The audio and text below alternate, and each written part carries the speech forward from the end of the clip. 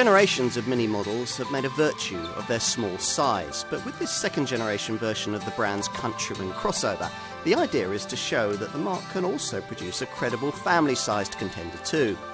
It's smartly turned out with some clever little features, plus there's the option of four-wheel drive and even plug-in hybrid power. In short, this car might surprise you.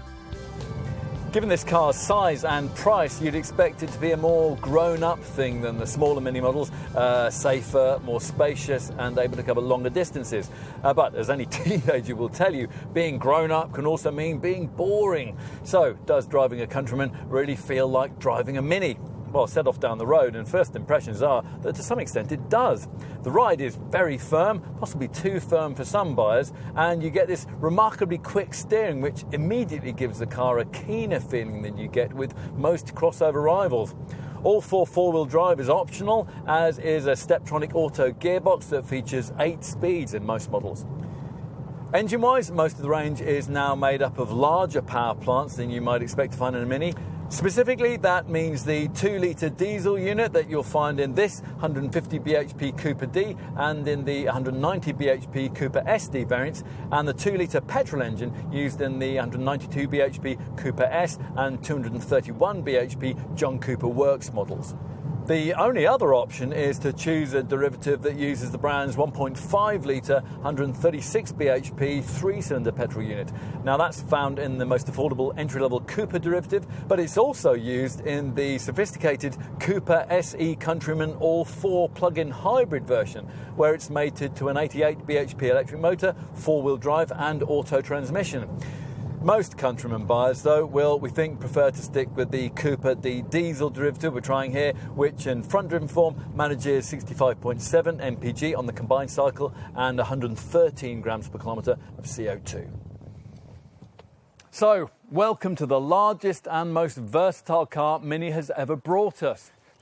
Now, quite a few styling techniques are being used here to make this car still seem quite compact, but the truth is it's a significantly larger thing than before. The increased 4.3 metre length, leaving it 20 centimetres longer and 3 centimetres wider than the first generation model.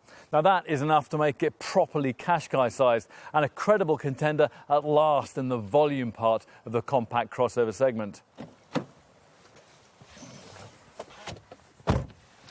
Time to take a seat up front, where, to be frank, it doesn't feel especially SUV-like in terms of either the decor or the raised seat positioning. Crucially, though, you do feel like you're in a Mini, which is all important if this Countryman is going to set itself apart from more ordinary rivals.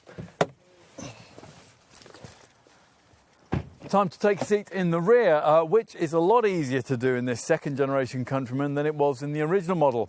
The extra body length helps, obviously.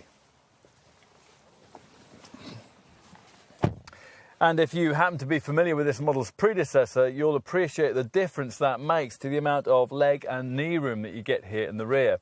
Now, in truth, the old model wasn't really large enough to take a couple of adults comfortably in the back over long distances. This second generation car is, and that is a fundamental difference, enough, in fact, to make this Countryman the most credible family-sized car that Mini has ever made.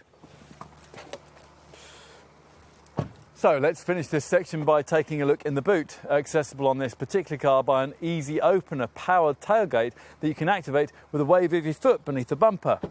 That's if you're approaching the car with the key in your pocket and you're laden down with bags or something. Once the hatch is opened, 450 litre space is revealed. In summary then, though this Countryman might not be a perfect package, it can potentially be a very desirable one, providing you're prepared to spend in search of a satisfying spec. And once you've done that, there's a lot to like. Plug-in hybrid power is a strong option further up the range, and all the more conventional engines have something to be said for them too. In true Mini style, potential owners must still be people unafraid to fly in the face of convention. But if you are, then a bigger Mini adventure beckons.